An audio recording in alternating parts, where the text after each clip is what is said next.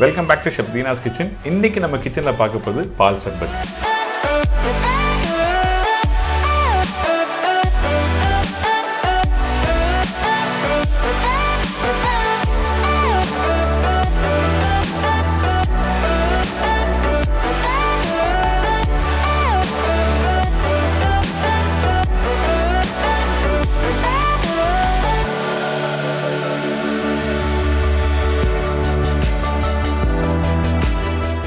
பால் சர்பத் சொன்னே எல்லாருக்கும் ரொம்ப பிடிச்ச ப்ரிப்பரேஷனாக, அதுவும் பர்டிகுலராக இந்த சம்மர் சீசனில் சாப்பிட்ற ஒரு ப்ரிப்பரேஷன். இதில் எந்த ஒரு கலரோ எந்த ஒரு ஆர்டிஃபிஷியல் ஃப்ரூட்ஸும் இதில் மிக்ஸ் பண்ணாமல் ஒரு சூப்பரான பால் சர்பத் எப்படி ரெடி பண்ணுறது தான் பார்க்க போகிறோம்.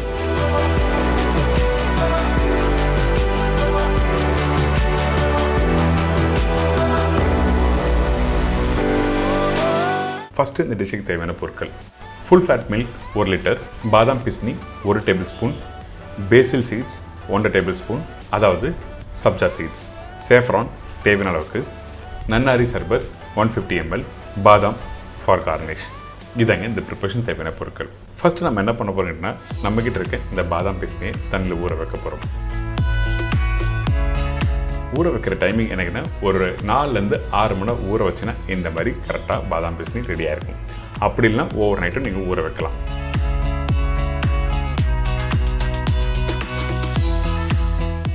இதுக்கப்புறம் இந்த பேசில் சீட்ஸ், அதாவது சப்ஜா சீட்ஸ் சொன்னோம் பார்த்தீங்களா, இந்த சீட்ஸ் வந்து தண்ணியில் போட்ட ஒரு 10 நிமிஷத்துலேயே நல்லா ஊறி இந்த மாதிரி ஒரு கெட்டியான ஒரு பக்கம் வந்துடும்.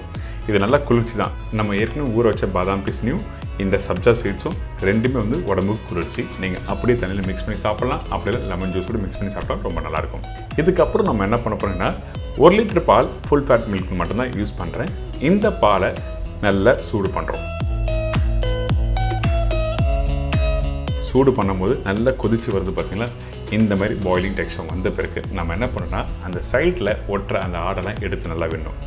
இந்த பால் குக் பண்ணுறதுக்கு குறைஞ்சபட்சம் 1/2 மணி நேரம் டைம் எடுக்கும். பர்டிகுலராக இந்த ஆடையை எடுத்து நீங்கள் விடணும். இந்த பால் குக் பண்ணி, அதாவது 1 லிட்டர் பால் நீங்கள் குக் பண்ணுறா குறைஞ்சபட்சம் 600லேருந்து 650 ml வர அளவுக்கு நீங்கள் குக் பண்ணிடணும். அப்போ தான் இந்த கெட்டியான டெக்ஸ்டர் வந்தால் சாப்பிட்றதுக்கு நல்லாயிருக்கும். இதே ஜஸ்ட் பாயில் பண்ணி அப்படியே டேரெக்டாக போட்டு மிக்ஸ் பண்ணி சாப்பிட்டீங்கன்னா உங்களுக்கு நல்லா இருக்காது. அதனால தான் 1 லிட்டர் பால் 650 ml வர அளவுக்கு குக் பண்ணணும்.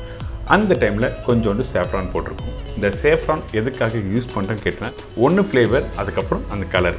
இதுக்காக தான் சேஃப்ரான் யூஸ் பண்ணுறோம். உங்கள் வீட்டில் சேஃப்ரான் இல்லைன்னா ஒன்றும் தப்பு இல்லை, ஆனால் என்னோட சஜஷன் கண்டிப்பாக சேஃப்ரான் போடுங்க, உங்களுக்கு அந்த ஃப்ளேவர் சூப்பராக இருக்கும்.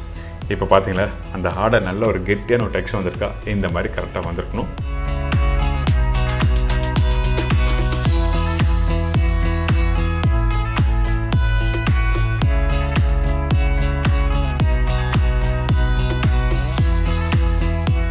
இதுக்கு பிறகு மிக்ஸி ஜாரில் நம்ம ரெடி பண்ணி வச்சுருக்க பாதாம் பிஸ்னியில் போட்டிருக்கோம். நன்னாரி சர்பத் யூஸ் பண்ணுவோம். நல்ல குவாலிட்டியான நன்னாரி சர்பத் யூஸ் பண்ணுங்கள். அப்படி இல்லை வீட்லேயே ஹோம்மேடாக ரெடி பண்ணுற நன்னாரி சர்பத் நீங்கள் யூஸ் பண்ணலாம். ஏன்னா வீட்டில் பண்ண முடியல, நான் ரெடிமேடாக கடையில் வாங்குறேன்னா 777, அப்படி இல்லை குருஜி. இந்த 2 பிராண்டில் எதனா ஒன்று நீங்கள் ட்ரை பண்ணி பார்க்கலாம். அந்தளவுக்கு சூப்பராக இருக்கும். நிறைய பேர் கடையில் வாங்கும்போது லோக்கல் பிராண்ட் வச்சுருப்பாங்க, அந்தளவுக்கு கிரேட்டாக இருக்காது. இதோட காஸ்ட்டும் ரொம்ப ஹையாக இருக்காது. 120லேருந்து 130 ரூபா தான் இருக்கும். இதுக்கு பிறகு ஏற்கனவே குக் பண்ணி வச்சுருக்க அந்த பால் நல்லா சூடு ஆறின பிறகு டேரெக்டாக இந்த மிக்ஸி ஜாரில் போட்டிருக்கோம். இதுக்கப்புறம் நம்ம என்ன பண்ணுறோம்னா, ஊற வச்ச சப்ஜா சீட்ஸ், அதாவது பேசில் சீட்ஸை இதில் யூஸ் பண்ணுறோம். தேவையான அளவுக்கு நீங்கள் போட்ட பிறகு நல்லா பிளெண்ட் பண்ணுங்கள்.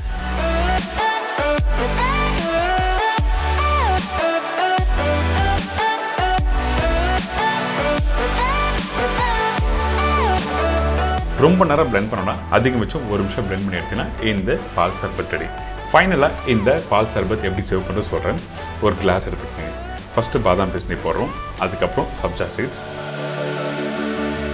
நன்னாரி சர்பத் இதெல்லாம் போட்ட பிறகு பிளெண்ட் பண்ணி வச்சுருக்கேன்ல பால், அந்த பால் இதில் ஊற்றி அப்படியே கார்னிஷ்காக கொஞ்சம் சேஃப்ரான், அதுக்கப்புறம் பாதாம் பருப்பு ரெண்டுத்தையும் போட்டு சர்வ் பண்ணால் ஒரு சூப்பரான பால் சர்பத் ரெடி. இன்றைக்கி எந்த ஒரு ஆர்டிஃபிஷியலாக ஃப்ரூட் ஜூஸோ எதுவுமே மிக்ஸ் பண்ணாமல் ரியலாக அந்த பால், சேஃப்ரான், பாதாம், அதுக்கப்புறம் பேசில் சீட்ஸ் இதெல்லாம் வச்சு ஒரு சூப்பரான ஒரு ட்ரிங்க் எப்படி பண்ணுறது சொல்லி கொடுத்துருக்கேன். கண்டிப்பாக ட்ரை பண்ணி பாருங்கள். உங்கள் வீட்டில் எல்லாருக்கும் ரொம்ப பிடிக்கும். அது மட்டும் இல்லை, இந்த சம்மர் சீசனில் நீங்கள் எப்போவுமே நம்ம வீட்டில் இருக்க குழந்தைங்களுக்கு ரெடி பண்ணி தரலாம்.